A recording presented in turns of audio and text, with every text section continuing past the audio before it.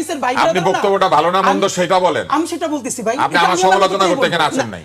আমি আপনার সমালোচনা করতে আসছি এবং আমি প্রশ্ন আপনি আমার সমালোচনা নিতে পারবেন না, আপনি আমার হাঁটুর বয়সে দিকে করছি না। শুনেন, আপনি করেন, দেখেন আমি হাঁটুর বয়সী না, আপনি যদি আরো ছোট বয়সীও হয় আপনি তুমুল সমালোচনা করেন, আমি সেইটার উত্তরটা দিতে পারি কিনা। আমি তো কোথাও চুরি কইরা এখানে আসি নাই যে আমারে প্লিজ এইটা বললেন না আমি ক্ষমা চাবো, বরং আমি যেটা বলবো সেইটা তুষার ভাই আপনি নিতে পারবেন না। কিছুদিন আগে আমি দেখলাম হাদি মোনাজাত করছে কেঁদে কেঁদে যে হিদায়াত হোক। তো হিদায়াত দরকার, আমাদের চরিত্র ভালো হইতে হবে ওই জায়গাতে যে আমরা চুরি করি না, আমরা বাজে কথা বলি না, আমরা বাজে লোককে নিয়োগ দেই না, আমরা মেধা মেধা বলে কোটায় কোটায় নিয়োগ চাই না। এবং আপনি দেখেন এই কোটা ভিত্তিক বার্গেনিং তো হচ্ছে, যেটা হাদি একটু আগে বলেছিল যে কার্ড প্লেইং। কিসের কার্ড? আমি কয়টা সিট পাবো, আপনি কয়টা সিট পাবেন, মার্কা কি দিবেন, আপনার মার্কা নিয়ে আমি নির্বাচন করবো কিনা। বাজারে জোর গুজব আছে কয়েকজন উপদেষ্টা ধানের শীষ নিয়ে ইলেকশন করবেন, চাইতেছেন শাপলা, অথচ তারা ইলেকশন করবেন নাকি ধানের শীষ প্রতীকে। বাজারে জোর গুজব, এই গুজব সত্য না মিথ্যা এটা তো প্রমাণিত হয়ে যাবে ইলেকশন হলে, তাই না? অতএব তখন আমরা বুঝে ফেলবো কারা ক্ষমতার প্রশ্নে আপোষ করেছেন, কারা আওয়ামী লীগের সাথে যেমন 14 দল ছিল 13 দল, ওরকম কারা এখন বিএনপি আর জামাতের সাথে 13 দল 12 দল হতে গিয়েছেন। আমরা তো বুঝে ফেলবো যে কে ঘোড়ার লেজ ধরে পিছন পিছন ক্ষমতার সিঁড়ি যেতে চাচ্ছেন। আমরা বুঝে ফেলবো না জনগণ? বুঝে ফেললে নাহিদ ইসলাম বলেন আর না বলেন প্রকাশিত হয়ে যাবে কারা হাত মিলেছেন, কারা স্ট্র্যাটেজিক বার্গেনিং করছেন, কারা ক্ষমতার কার্ড চালাচালি করছেন, কারা হাতে দুইটা জোকার রেখে দিয়েছেন। এটা কিন্তু প্রমাণিত হয়ে যাবে। 1 মিনিট শুনবো হাদি আপনার কাছ থেকে, তারপর আমরা বিরতিতে যাব, আবার ফিরবো। সেটি হচ্ছে আসলে এই কার্ড কিসের কার্ড, যদি 1 মিনিটে স্পেসিফিক বলতেন। দুই পক্ষই কার্ড খেলছে, দুই পক্ষই দুই পক্ষকে বলছে, নানা অভিযোগে অভিযুক্ত করছে। আমি যদি আপনাকে একটা অভিযোগ করে আপনি করেন, মানে দুই পক্ষ থেকেই কিন্তু গন্ধ ছড়াচ্ছে।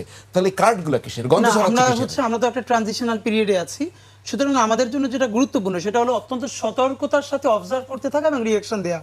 এর কারণ হলো এখনই আমরা যেটাকে ডিসিশন আসতে চাই জাতিগত হিসেবে আমরা পারবো না। আমাদের যে নতুন রাষ্ট্র বিনির্মাণের আকাঙ্ক্ষা, এই জন্য এই যা ঠোকাঠুকি হচ্ছে প্রত্যেকটা গুরুত্বপূর্ণ, বরং আমরা এক একটা ফেজ অতিক্রম করছি। আমি এটা স্পেসিফিক জানতে চাচ্ছিলাম যে এই ঠোকাঠুকিটা কিসের? নাহিদ ইসলাম ভার্সাস উপদেষ্টা পরিষদ, এই কার্ডগুলো কিসের কার্ড? লাল কার্ড, নীল কার্ড, প্লেন কার্ড? শুধু নাহিদ ইসলাম বনাম উপদেষ্টা থাকে, আমরা এইটুকুই থাকি, বরং এনসিপি বনাম উপদেষ্টা পরিষদ হতে পারে। এইটুকুই থাকি, যে একটু সংক্ষেপে বলেন। হ্যাঁ, অফ কোর্স এখন সামনে ইলেকশন আছে, অনেক ধরনের বার্গেনিং আছে, এবং এটা তো খুবই, এবং আমি এটা ফাঁকে বলেও রাখি, বৈধভাবে আপনি যত বার্গেইন করবেন এইটাকে তো আমি অনৈতিক বলবো না। মানে আপনার যতটুকু, যেমন আপনি কোনোভাবে কারাপশন করেন নাই, কিন্তু আপনি কারোর সাথে জোটবদ্ধ হতে চাচ্ছেন, সেখানে বেশি স্টেক পাওয়ার জন্য তার সাথে কথা বলছেন, এটা একটা। আর একটা হলো মোরালি করাপ্টেড হওয়া বা আর্থিকভাবে করাপ্টেড হওয়া। ফ্যাক্ট ইজ কোনটা এলিগেশন আমি কোনটাকে দিচ্ছি, এইটা আমি করছি কিনা। তো সেভাবে তো বলতে চাচ্ছিলেন না। আপনি যখন স্বার্থের প্রশ্নে বার্গেনিং করেন, কয়টা সিট আর কয়টা সিট না, ওইটা একটা মরাল করাপশন। আপনার আগে আদর্শ মিলতে হবে। আপনি যার সঙ্গে বার্গেন করবেন তার সঙ্গে আপনার আদর্শিক মিল থাকতে হবে। আপনি বলছেন বিএনপি চাঁদাবাজ, আপনি বিএনপির কাছে গিয়ে সিট চাচ্ছেন, তাহলে আপনার মরাল এখানে করাপশন আছে, আপনি মরালি করাপ্ট। আপনি কোন রিপ্লাই দেন? আগে ফেরত নিতে হবে। আগে তাহলে এই উত্তর তো এনসিপির কেউ দিবে। আগে তাহলে তাদেরকে এই কথা ফেরত নিতে হবে যে বিএনপি চাঁদাবাজ না।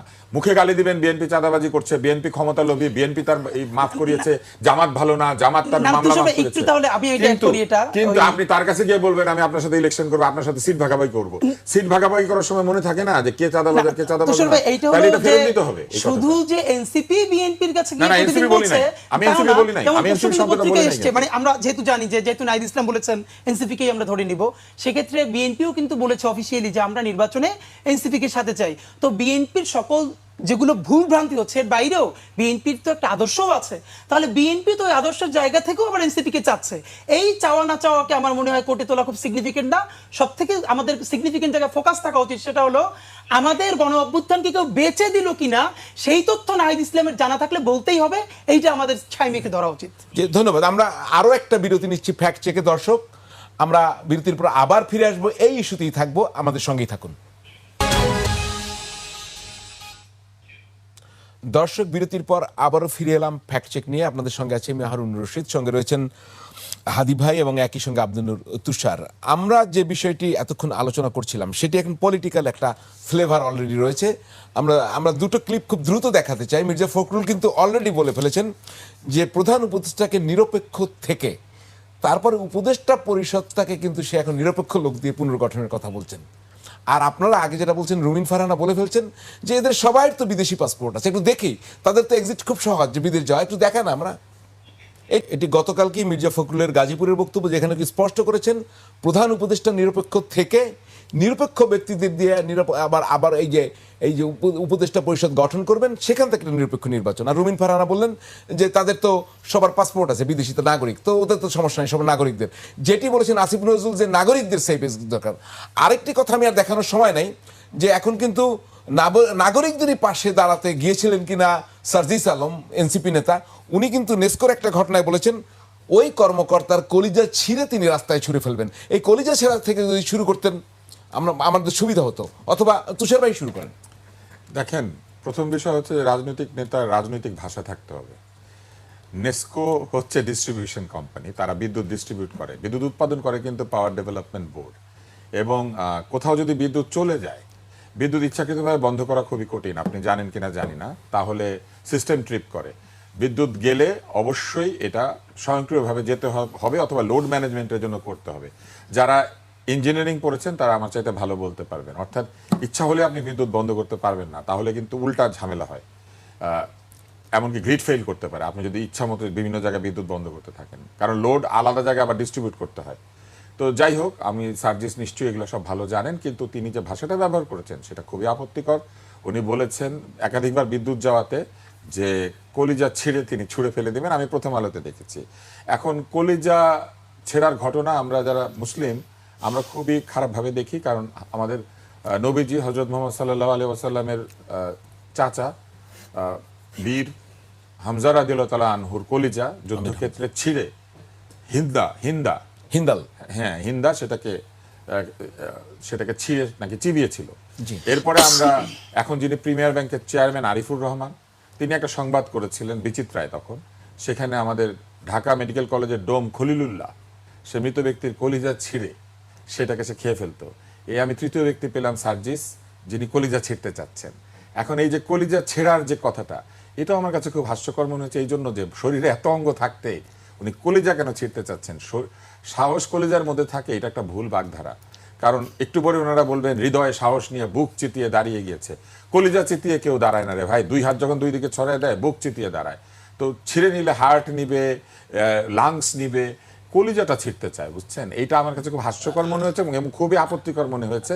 আমি বলবো যে যেহেতু সে একজন ভালো বিতার্কিক ছিল, অনেক সুন্দর সুন্দর বক্তৃতা দিয়েছে, আমি দেখেছি, অত্যন্ত আবেগ ঘন, তো এরকম বক্তৃতা যে দিতে পারে সে মানুষের কলিজা ছিঁড়বে, এটা আমি আশা করি না এরকম ভাষা ব্যবহার করা উচিত। জি, হাদি ভাইয়ের কাছ থেকে এইটাকে অল্প একটু শুনে আমরা মির্জা ফখরুলের বক্তব্যে যাব। জি, কলিজা এখানে খুব বেশি বলবার নাই। একটা হচ্ছে যে মানে ধরেন এটা তো রিটোরিক্স হিসাবে আমি মানে রিড করতে চাই। না, আপনি কলিজা ছেঁড়া তো বলছেন, কিন্তু আমরা কিন্তু আর অশ্লীল, আপনি তো আপনার ব্যাপারে তো কথা আছে। আমি বক্তব্য দিয়েছি, অশ্লীল বলা যাবে না, এটা খুবই আপত্তিকর শব্দ। অশ্লীল কথাটা খুবই আপেক্ষিক, কোনটা শ্লীল কোনটা অশ্লীল। তুমুল গণহত্যার সামনে আপনি দুনিয়ার কোন শব্দ দিয়ে গালি দিলে গণহত্যাকারীর আপনি প্রতিশোধ নিতে পারবেন? শ্লীল অশ্লীলতার পলিটিক্সটাই ভিন্ন, এবং শব্দের রাজনীতি নিয়ে তরুণদের মধ্যে আমার সব থেকে বেশি কাজ আছে, সুতরাং এটা নিয়ে আমি কথা বলবো না। আর সার্জিসের যেটা হয়েছে, দেখেন, এটা যারা মেটাফোর্স বোঝে, রেটোরিক্স বোঝে, অফকোর্স এখন এর মানে কি, ওর সার্জিসের সামনে এসে যদি নেস্কোর একজন আইনে দেয়, সে কি লিটারেলি তার কলিজা ছিঁড়তে পারবে? এখন তুষার ভাইয়ের যেটা আপত্তি সেটা হলো কলিজাই কেন ছিঁড়তে চায়। এখন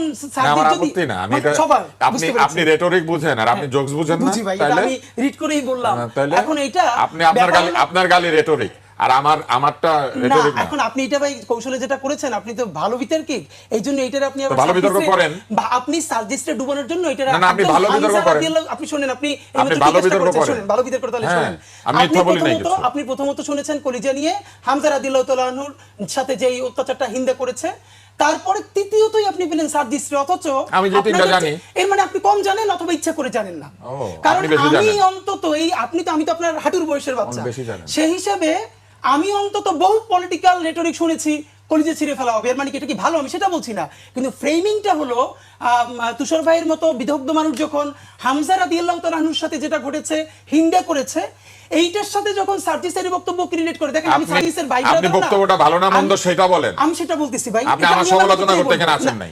আমি আপনার সমালোচনা করতেও আসছি এবং আমি প্রশ্ন আপনি আমার সমালোচনা নিতে পারবেন না, আপনি আমার হাঁটুর বয়সে দিকে করছেন না। শুনেন, আপনি করেন, দেখেন আমি হাঁটুর বয়সী না, আপনি যদি আরো ছোট বয়সীও হয় আপনি তুমুল সমালোচনা করেন। আমি করি না, আমি সেইটার উত্তরটা দিতে পারি কিনা।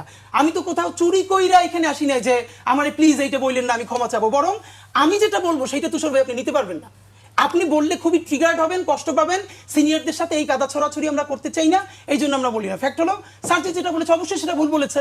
সার্জিস সেজন্য ক্ষমা চাইবে কিনা সেটা আমরা সবাই বলবো, এবং এটা ভবিষ্যতে যেন না বলেন সেটা অবশ্যই আমরা বলবো, কারণ সেই তো অ্যাপ্রিসিয়েট করছে যে সার্জিস ভালো বিতর্ক করে, এবং অবশ্যই সার্জিসকে এর জন্য দুঃখ প্রকাশ করতে হবে।